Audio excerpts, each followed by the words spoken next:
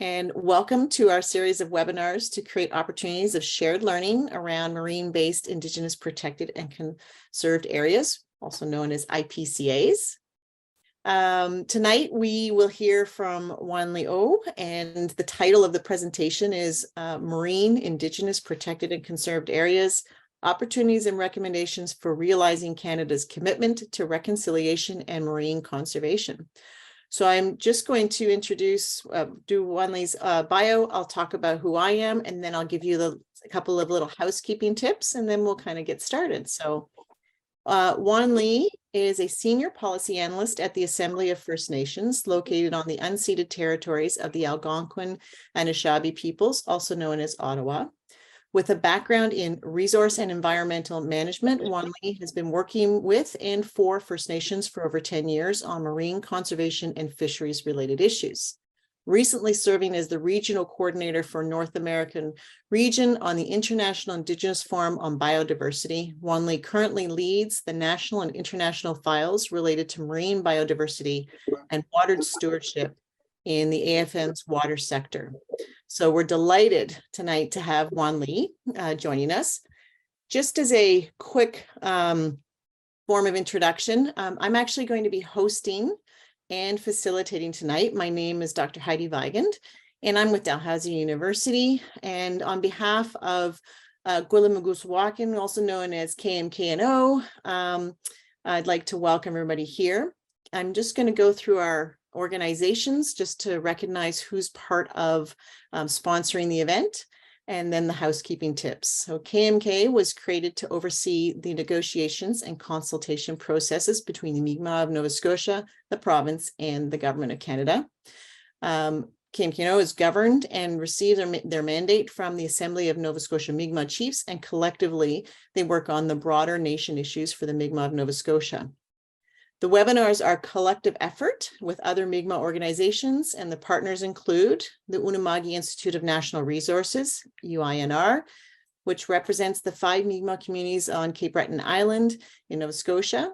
UNIR was formed to ensure the sustainable use and protection of natural resources while maintaining Unama'ki Mi'kmaq traditions and worldviews. The Confederacy of Mainland Mi'kmaq, also known as CMM, is a nonprofit organization that works to proactively promote and assist Mi'kmaq community initiatives towards self-determination and enhancement of community. And our last partner is Oceans North. Oceans North supports marine conservation in partnership with Indigenous and coastal communities. The norm is, in all Mi'kmaq territories or important meetings that we do an opening prayer in Mi'kmaq. Just so that everything is, we set the stage, and everybody's minds and hearts, our spirits are interconnected and intertwined, working for a common goal here. But enough of that small opening. But in any case, I have to do an opening prayer, because if not, then I think our status and our territory here is kind of not fulfilled 100%. So in saying so, I will open it up, reopen it, I guess, or open the good stuff in Mi'kmaq, as so did our great grandparents and ancestors way before us. I'm a Mi'kmaq speaker. I will do it in Mi'kmaq. It'll be forever if I wanted to translate that, and we can talk all night in the translation of everything. That's kind of too long. Anyway, dandel was niskam kizu kida piskwanda noskavida kisku kamlamun now bantable digigam sidanun dina bantedego kidugun masul dia taho kidugun moya kisku tachumaga mawulugudiak making taho magizadwaga Gispugu alias is Hamud Lugudne and the Ludia. Abachtimin Allah, Sespede Megel, Muda Gabatimila, Catchimena, Adlasio, Colo, Lord Meaded La, Abachtimina. Gedimedad Juices Kamimesh, Oliad Jigsa, Elidas Waloxina Gispuga, to absolute no, Alpuguat no, Mudamavigan Agan plus one, Escunamugal. Ilamadul Diga, me governor, England, where she had king or queen. Kadua ispugualo si agamsit lusuan sign wala sul digaben. Kisku makinari kisku. Egudam dia kisku. Granta adia. Bamoji jilotu wajashkin otiwa. Kadua maamigamino wa sa abahti minal wajashkin.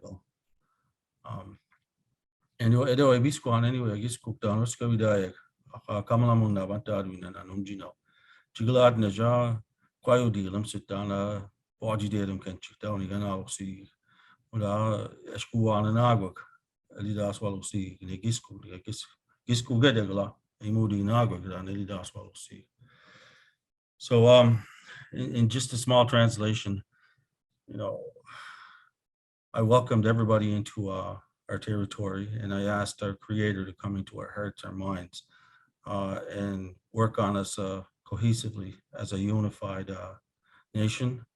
And I asked for forgiveness because it is a shame that we're in a situation where we are today, dependent on our treaties to actually look after the ocean and the lands around Mi'kmaq territory. Our treaties are the strongest. Our treaties are with the government of, it was with the government of England before Confederation and all these governmental issues or governments were formed in our territory, including Nova Scotia, New Brunswick, and all these other areas that later formed Canada. So our rights are entrenched in the Constitution of Canada, even though that they're not recognized. And it's a shame that, we're in a situation right now where,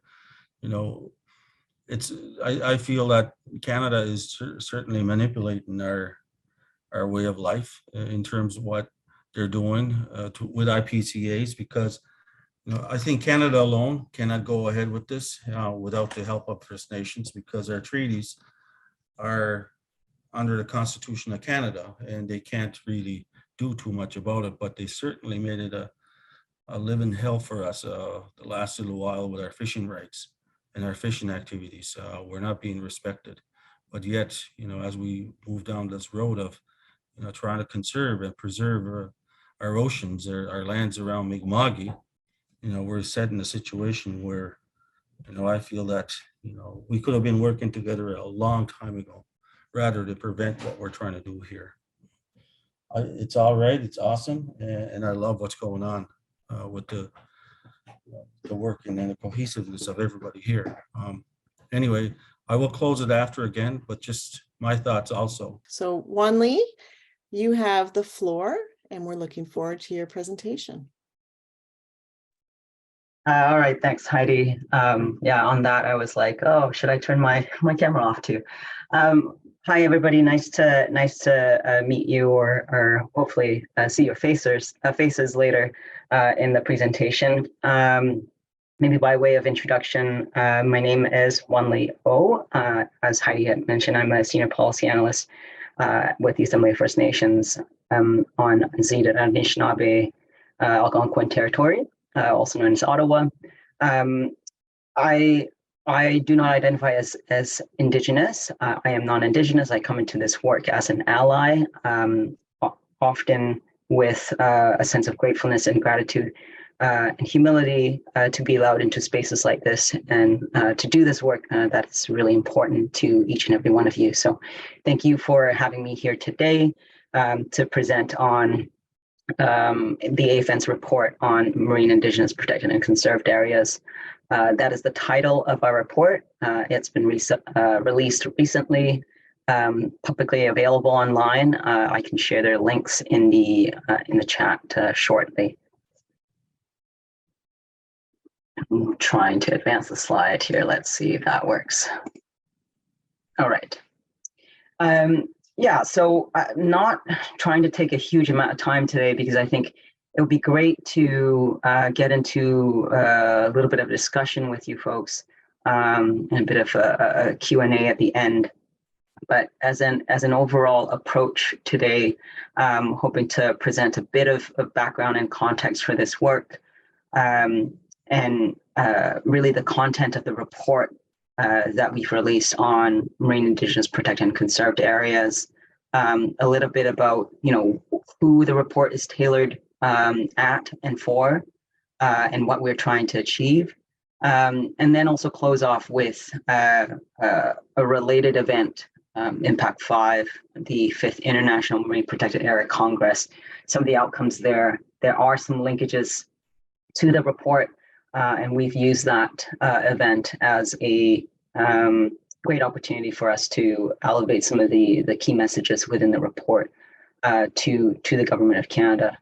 And then move into some next steps, and as I said, hopefully some time for, well, there will be lots of time for a Q&A, so I won't drone on. So just diving in a little bit into the background and context for this work. The AFN works on through a process of resolutions to get mandates from the First Nations and Assembly in order to direct us to do things such as policy, legislative changes, engagements, and advocacy on behalf of First Nations in Canada. In 2021, the First Nations and Assembly passed a resolution on marine, Indigenous, protected, and conserved areas, and that specifically directed the AFN to continue advocacy on IPCAs, but specifically in marine and coastal waters, and to secure a commitment from the Government of Canada for a whole of government approach to supporting and recognizing IPCAs in marine and coastal waters. Knowing that there has been a gap since work that has been done on IPCAs back in 2018 when the Indigenous Circle of Experts released that report as part of the Pathway to Canada One initiative. And we can get a little bit into that, but I'm pretty sure each and every one of you are very familiar with the topic since this has been an ongoing webinar series. So in terms of continuing this work and looking at the, how we push this, the IPCA approach in marine and coastal waters, in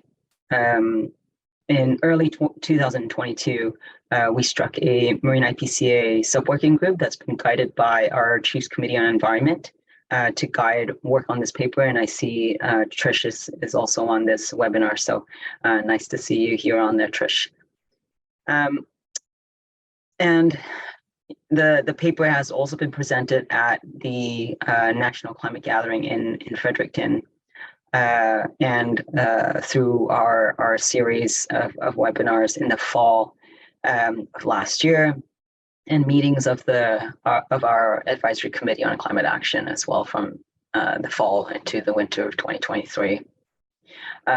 Overall, this report provides 21 recommendations on how the Government of Canada can support First Nations to establish marine IPCAs. Like I said, recognizing that there's been a gap between the progress that's been made on land and the terrestrial environment and some of the lack of progress that we see in marine and coastal waters. So continuing with a little bit more of the context and background, I'm pretty sure all of you are very aware of the commitments that Canada has.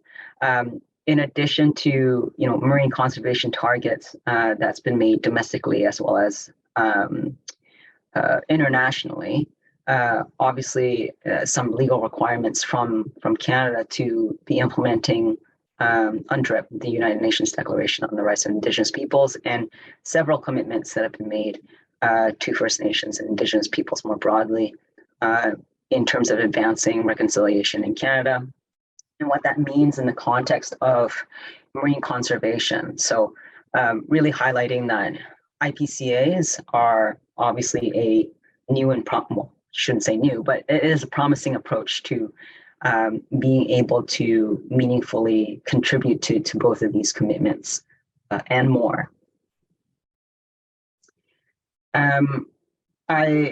I'm sure I don't need to belabor the point in terms of the need for IPCAs.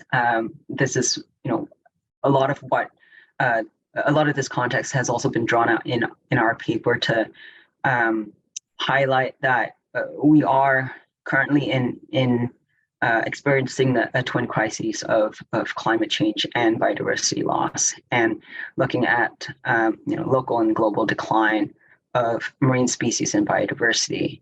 At the same time, like I said, the commitments that have been made legally to First Nations and Indigenous peoples in Canada about respecting rights and recognizing inherent rights and treaty rights and title of First Nations in Canada, and at the same time expanding protected areas. What that looks like. In the Indigenous Circle of Experts, also known as ICE, had defined IPCAs to be some core criteria that they have to be Indigenous-led, and that they represent a long-term commitment to conservation, and that they do elevate Indigenous rights and responsibilities. So in looking at IPCAs that exist in Canada as well as elsewhere in the world, we looked at different types of and models of IPCAs in a spectrum of governance models. So some that are led by Indigenous nations and have been declared by Indigenous nations but have not been supported or recognized by Crown government. Those that have been supported through a process of co-designation and collaborative governance. And then those on the other side of the spectrum that are primarily Indigenous-led, and they have that government recognition and support. So different governance models and a little bit of a push and pull in the recognition of Indigenous governance and authorities, and we can have that conversation a little further down as well, and particularly in our Q&A. So that is to say that in that diagram, I guess, several models exist, and we're not taking a stance to say what is better than one or the other. But just to demonstrate that there's really a spectrum of IPCAs that do exist within Canada as well as outside of Canada. So the audience for the report really is tailored towards the Government of Canada, and specifically Fisheries and Oceans Canada, DFO. Knowing that, when we say that there has been a gap in progress in terms of IPCAs that have been established on land versus in the marine and coastal waters, and looking at the different Crown jurisdictions that are involved, DFO stands out as the lead agency that has not embraced the concept as readily and publicly as Environment Canada, Environment and Climate Change Canada, ECCC, or Parks Canada agency. So, we were strategic in making sure that this report was tailored towards them. There are a lot of excellent reports on IPCAs that have that are out there. I'm sure there are many that you can also point me to that I have not read, but those reports really do a good job in terms of demonstrating how IPCAs can support Indigenous conservation and self-determination goals. However, like I said, the aim for this report is to try and close that gap. And so our recommendations are really directed at the Government of Canada, and basically providing recommendations on how First Nations can be supported to establish IPCAs in marine and coastal waters.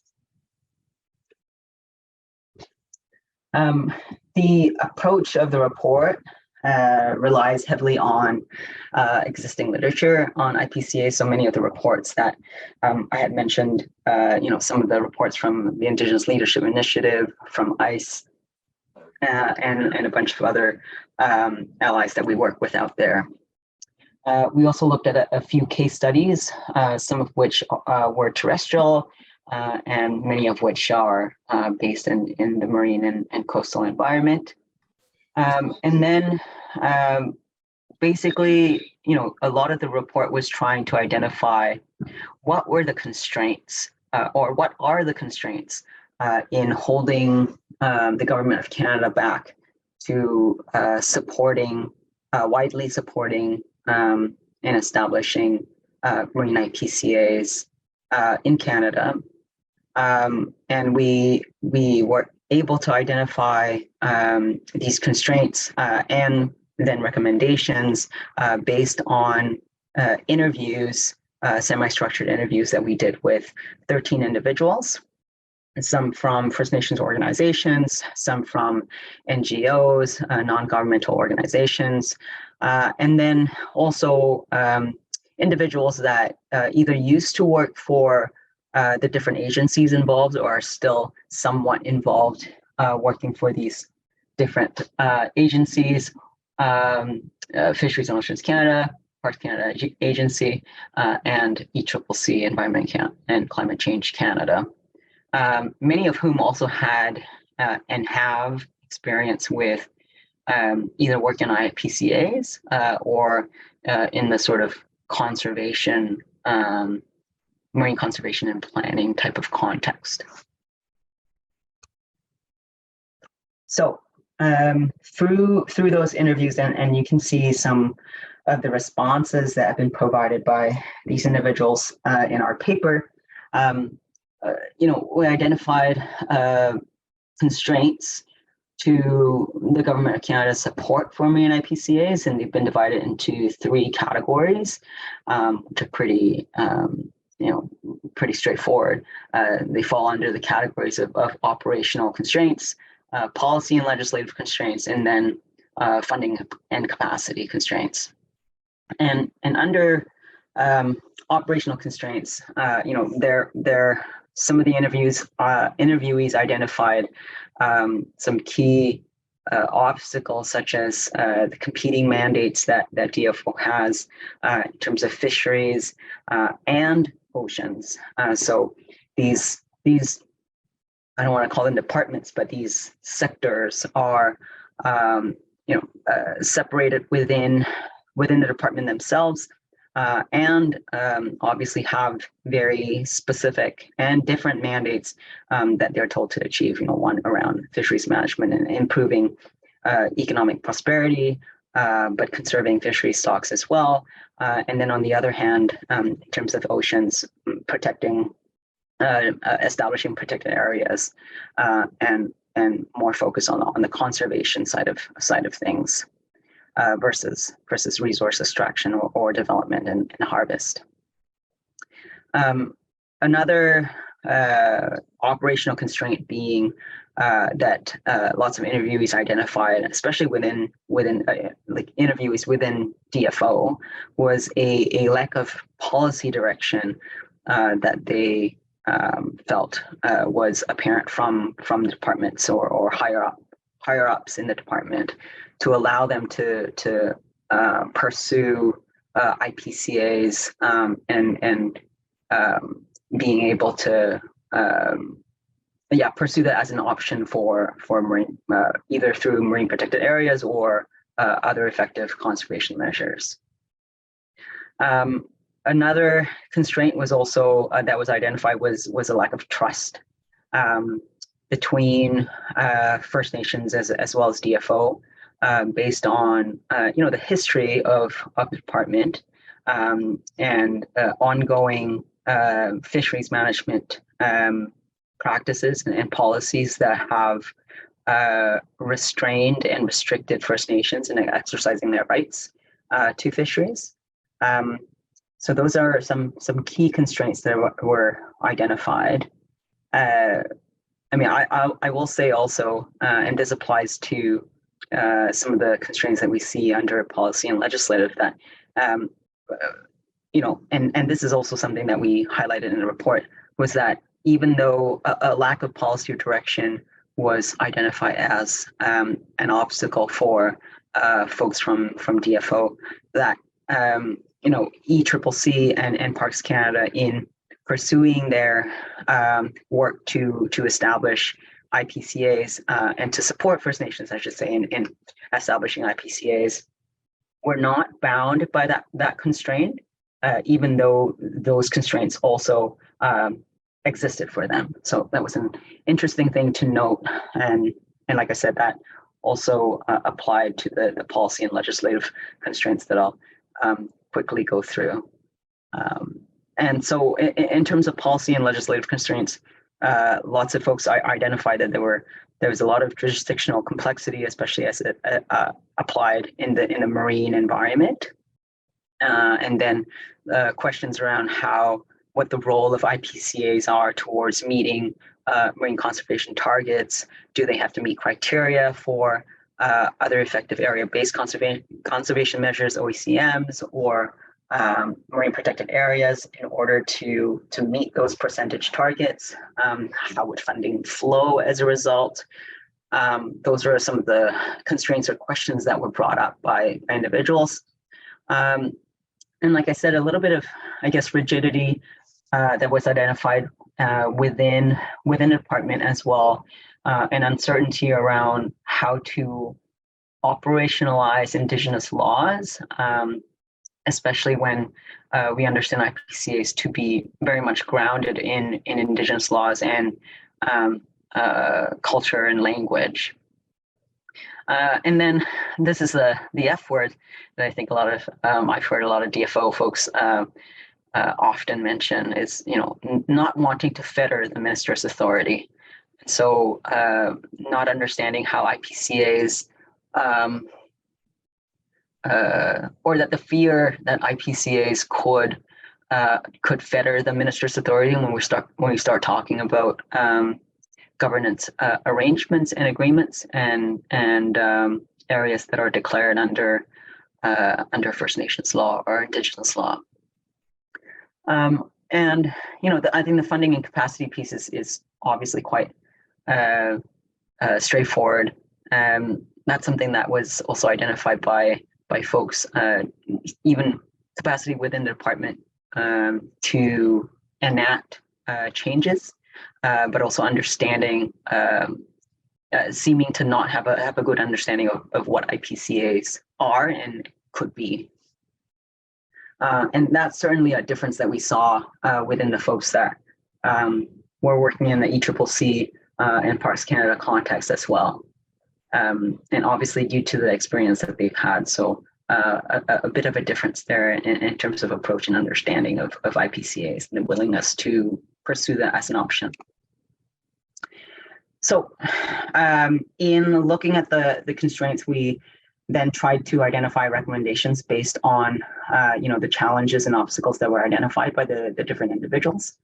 And overall, just to summarize, the overall recommendation was that DFO commit to a lot of the short-term recommendations in this report, and at the very least, and then providing that mandate and direction that is required to advance IPCAs in a meaningful way in the short term, so under 5 years.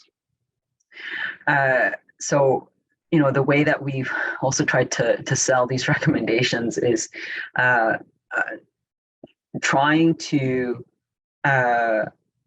say that within the short-term recommendations, what it allows DFO to do is to basically that DFO can support the establishment.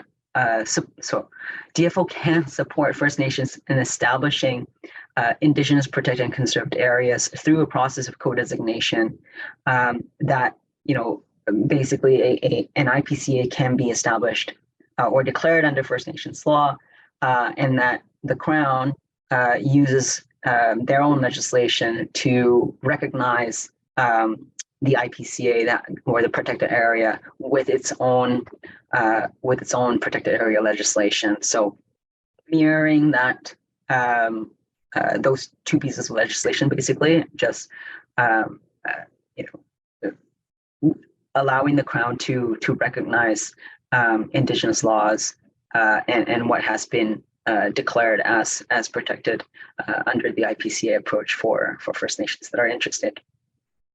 And in the long term, you know, the long-term recommendations are really focused on the more tricky pieces around policy and legislative changes, but in so doing, able to move us forward in a way that the Indigenous Circle of Experts had envisioned what IPCAs could mean in the future, and that you know, a true meaningful understanding of Indigenous-led conservation versus some of the gray areas that we see today.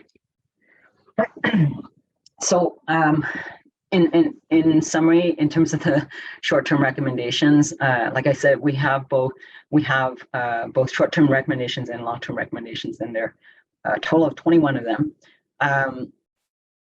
A lot of the short-term recommendations, other than saying that we can move things forward at a quicker pace through a process of co-designation, is really building off of the experience that folks in ECCC and Parks Canada have achieved on land, and even in marine and coastal areas. There are Indigenous-led conservation areas, IPCAs, in marine areas under ECCC's and Parks Canada's assumed jurisdiction.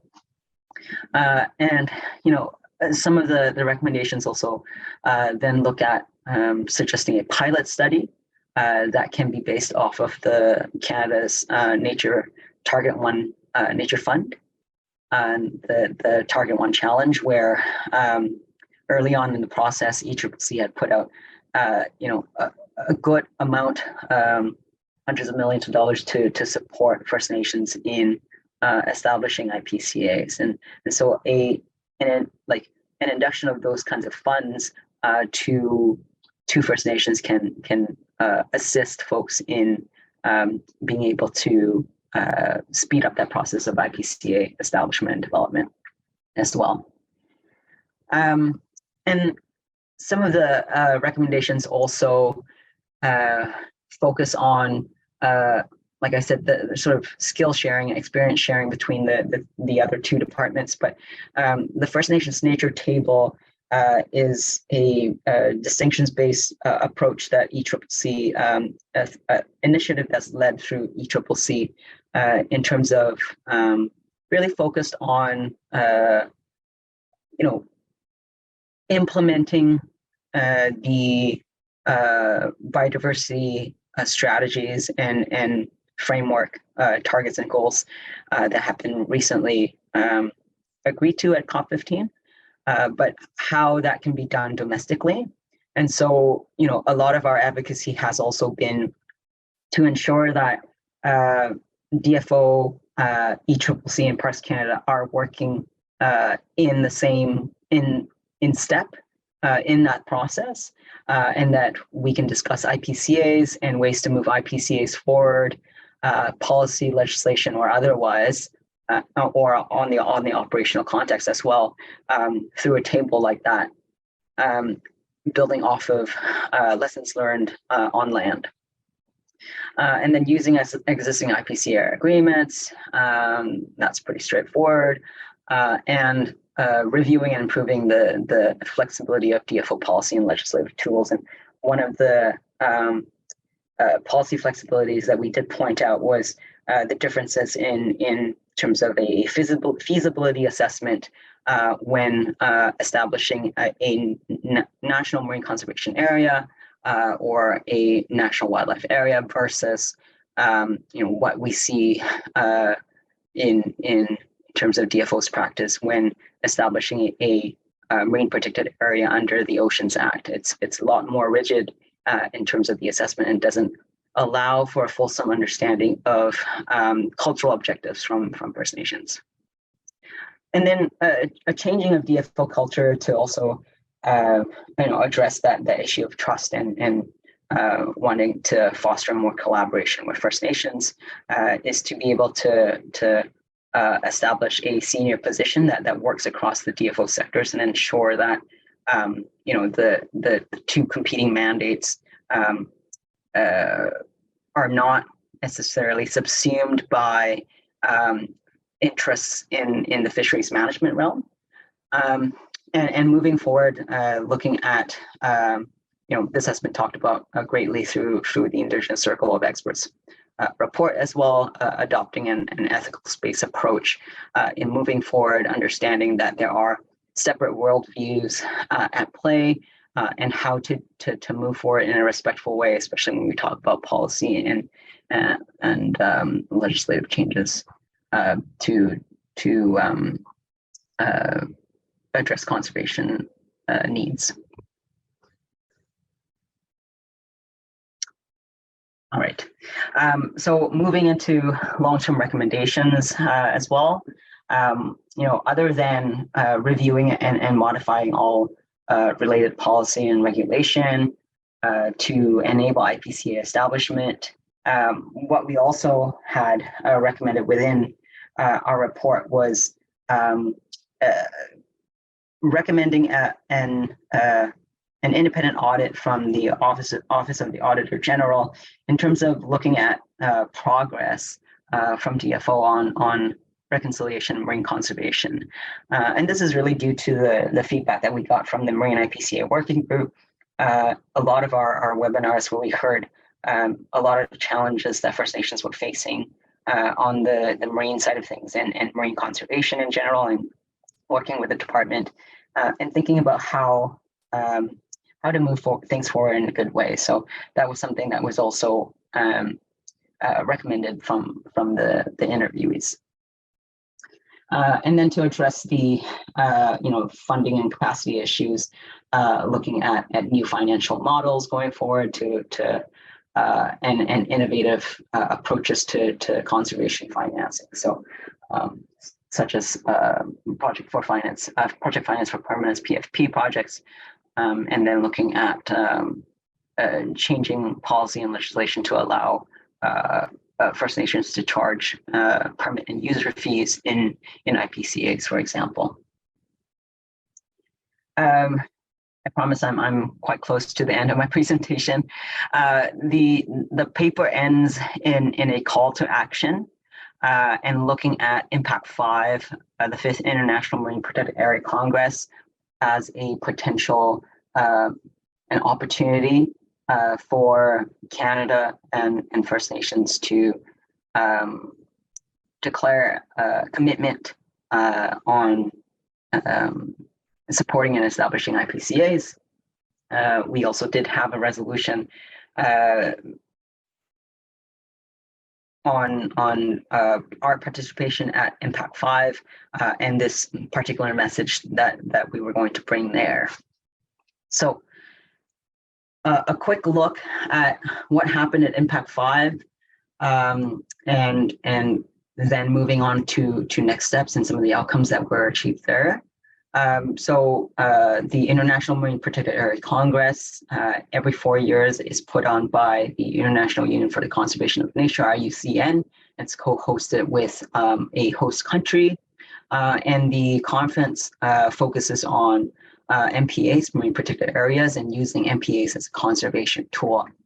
So Impact 5 was co-hosted by First Nations in Musqueam, Squamish, and Tsleil-Waututh, also known as Vancouver, and the Government of Canada, and that occurred in early February this year, from the 3rd to the 9th. And it consisted of a lot of folks, technical experts, Indigenous leaders, government officials, who were there to take part in different panels, presentation talks, and side events, but focused on sharing best practices and lessons learned, and thinking about how to chart a path forward to achieving that new biodiversity target 3, 30 by 30, protecting 30% of oceans by 2030.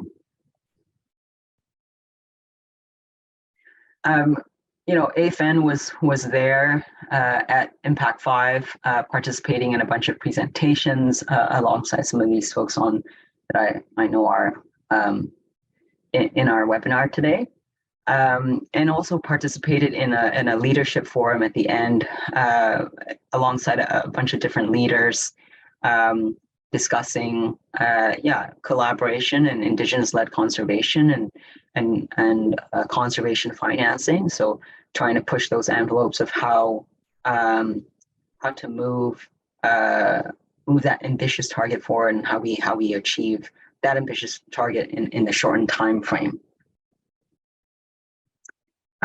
We saw a lot of different announcements from the DFO minister.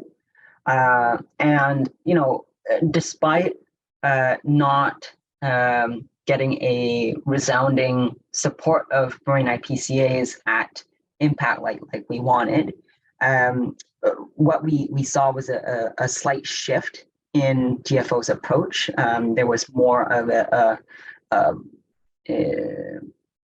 public acknowledgement, I would say, by the minister that Indigenous-led conservation is key and important, and that includes IPCAs as well. And the Guakdala Nalakdala Marine Refuge, that was basically the marine portion of the IPCA that Mamalilukula First Nation had declared back in 2021. That area was recognized by the Crown as a marine refuge. So what is understood in DFO speak as an OECM and other effective area-based conservation measure. So we're seeing a little bit of the dial shifting, and then we're still pushing our report. We also saw a joint call to action from both the TFO and ECCC ministers on increased international action and partnership that focused on, also called out specifically Indigenous-led conservation, and that Indigenous protected and conserved areas are an example of IPCAs, especially when we move forward on protecting 30% of oceans by 2030. So, last slide. Next steps.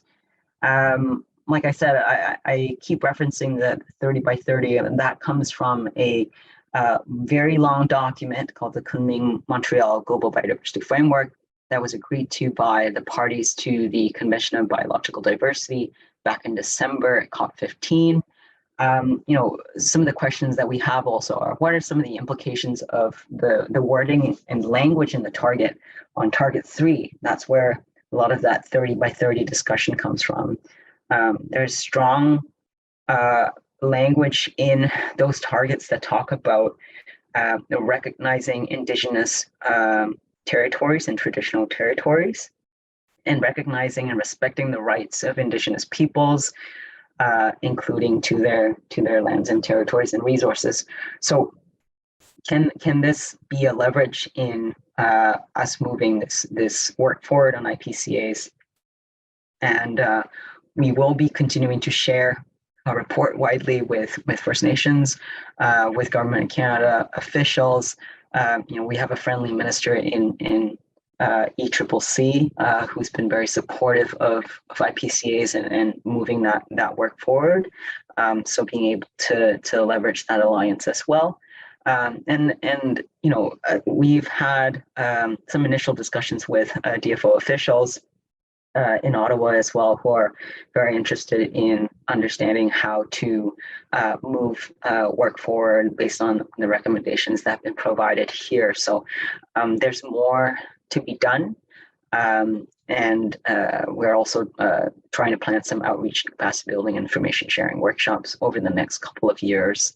So stay tuned for that. I will end here and take some questions, but Walalia, thank you. And if you do have any questions, please send them to my email. I'll throw the links to the report in the chat. Thanks, Heidi. So we have a few minutes left to go through any Q&A for Wan Lee. So if you do have questions, we are going to go to a closed session for Mi'kmaq and other Indigenous nations at the end, so at about 7, but we'll just check in to see if there's any questions from the larger gallery right now. And there's a few comments below thanking Alison for the prayer.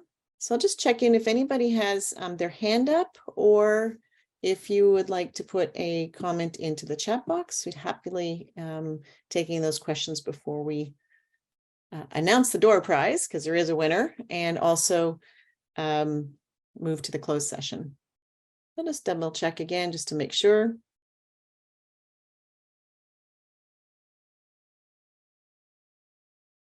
All right, there's okay, a few popped in right there, Wanley, which means I think the first is Leah. Leah, do you want to read that, or do you want to just read it, call it out by verbally? Oh, hi, Wanley. Thank you so much for presenting. Really enjoyed it. I did have some couple questions. I was wondering if you could talk a little bit more about that First Nations nature table. I wasn't quite clear if it already exists, or how it's structured, or what it's working on, and who participates on it. And then my second question, although if you want to go to someone else, that's okay too. I was just wondering specifically, what about the feasibility assessment format is kind of seen as being beneficial? So I think you mentioned flexibility, but I was also wondering if there's other pieces about that is kind of seen as being a better way to kind of go about these processes. Thank you so much. I've thrown the mini links for the report into the chat as well. So there is a report to the full, a link to the full report, as well as a summary, both in French and English. So folks will be able to access those links there. And please let me know if you have any issues doing that. In terms of the First Nations nature table, Leah, it's something that we are currently in discussions with, being AFN, in discussions with ECCC. There already has been a commitment to create a First Nations nature table, an Inuit nature table, and a Métis nature table. So a distinctions-based approach on that. Obviously, it's it is a focus on the national level. I believe there are nature agreements that have been struck between the federal government as well as the provincial governments. But in terms of where the Indigenous partners come into play, we have had a resolution passed recently to develop this nature table with the the intention is to carry out the nature agenda 2030 nature agenda, specifically domestic implementation of the national strategic biodiversity action plans, given the new biodiversity targets and goals that were agreed to in Montreal in December. So when I say it exists in concept, and it is currently being fleshed out. A lot of what we have been pushing is trying to merge the work that has been done and experience that has been achieved in the terrestrial environment, and being able to build upon those lessons learned and experience there, and be able to expand that work in the marine. So often trying to force all the different departments involved to the same table. Now we've had a fair amount of resistance in doing so, and I think you can imagine why. But nevertheless, we are still trying to push for that, knowing that being able to have all those conversations, IPCAs included in one spot, will make it so much easier in terms of identifying some of the obstacles for IPCA establishment, whether on land or in water, and how we do that in a good way. So some uncertainties still as to how who the participants are, and that will be something that we're trying to sort out as well, and we'll share more information as that crystallizes. In terms of the feasibility assessment format, that is explored a little bit more in the paper. So hopefully, leaving you the link in that paper, you'll be able to dive a little bit more into it. But basically, in summary, comparing the feasibility assessment approach that's been used for developing something like a NMCAR, National Marine Conservation Area Reserve, and comparing that to the process for establishing a marine protected area. They're quite different. For declaring an MPA or establishing an MPA under the Oceans Act, what is used is also what is used is often called a risk assessment based approach that involves fisheries management and fisheries science, and being able to address some of those criteria and some of those concerns that folks have in establishing the MPA, versus something that is a little bit more flexible and allows a stronger consideration of First Nations cultural objectives for MPA establishment.